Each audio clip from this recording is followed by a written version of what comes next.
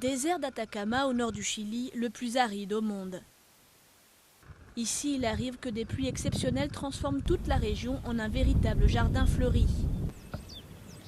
Cette année, le phénomène est d'une rare ampleur, au grand bonheur des visiteurs émerveillés par la beauté des paysages. Je viens de Santiago pour apprécier le désert fleuri. C'est ma première fois ici et je suis ravie. Je crois que c'est quelque chose de la nature qu'on ne peut pas décrire. C'est magnifique, les couleurs dans un lieu aussi aride. Mais cette beauté est fragile. 14 des 220 espèces de fleurs sont menacées d'extinction. Ces fleurs sont endémiques. Elles ne poussent que dans cette région du monde. Le parc national Llanos de Chaillé a été créé en 1994 pour protéger cet écosystème. Il abrite la quasi-totalité des espèces de fleurs du désert d'Atacama. Presque toutes les espèces qui sont présentes ici montrent des caractères d'endémisme,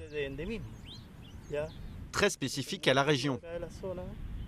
Nous avons l'espèce qui est la plus importante, la griffe du puma, en danger d'extinction, qui est en général très vulnérable à l'arrachage, comme en réalité toute la végétation du désert fleuri. Pour la direction du parc, il est essentiel de sensibiliser le public, en particulier les jeunes. Les gardes reçoivent les écoliers de la région pour leur expliquer les dangers qui menacent la survie des plantes, notamment de la part de touristes mal informés.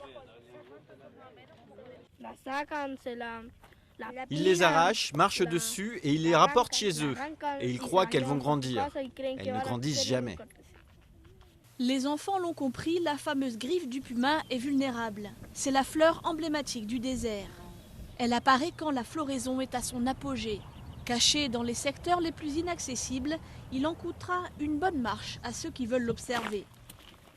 Mais le jeu en vaut la chandelle.